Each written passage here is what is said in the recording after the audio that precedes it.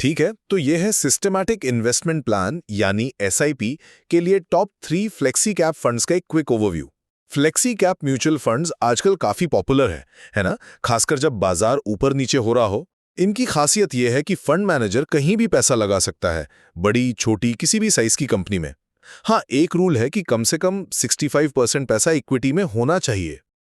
इसी फ्लेक्सिबिलिटी से ये मार्केट के हिसाब से खुद को एडजस्ट कर लेते हैं। और एसआईपी मतलब हर महीने थोड़ा थोड़ा पैसा डालना, इनमें निवेश का एक बढ़िया तरीका माना जाता है। तो चलिए देखते हैं 3 बढ़िया ऑप्शंस। पहला है पराग पारिक फ्लेक्सी कैप फंड। ये अपनी कैटेगरी का सबसे बड़ा फंड है और मजे की बात, ये इंडिया की कंपनियों के साथ साथ बाहर की बड़ी कंपनियों जैसे गूगल, माइक्रोसॉफ्ट, इनमें भी पैसा लगाता है। तो आपको ग्लोबल ग्रोथ का भी थोड़ा एक्सपोजर मिल जाता है। पिछले 10 साल का इसका एसआईपी रिटर्न देखें तो करीब 20.67% सालाना रहा है। अच्छा, दूसरा है एचडीएफसी फ्लेक्सी कैप फंड।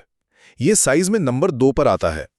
ये ना ग्रोथ और वैल्यू दोनों तरह की कंपनियों को देखता है, मतलब जो तेजी से बढ़ सकती हैं और जो अभी शायद अपनी सही कीमत से कम पर मिल रही हैं।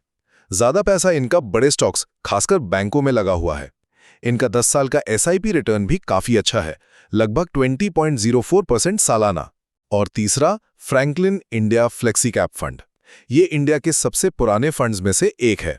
ये भी ग्रोथ और वैल्यू का मिक्स यूज करता है, अच्छी क्वालिटी वाली कंपनियों को पकड़ता है और फिर अक्सर बाय एंड होल्ड वाली स्ट्रैटेजी अपनाता है, मतलब खरीद कर लंबे समय तक रखता है। इसका 10 साल का एसआईपी रिटर्न रहा है करीब 17.41% सालाना। तो देखे, फ्लेक्सी कैप फंड्स लंबे समय में वेल्थ बनाने में काम आ सकते हैं, लेकिन हाँ, इनमें निवेश के लिए आपको रिस्क लेने की थोड़ी ज्यादा क्षमता और कम से कम 5 से 7 साल का नजरिया रखना जरूरी है।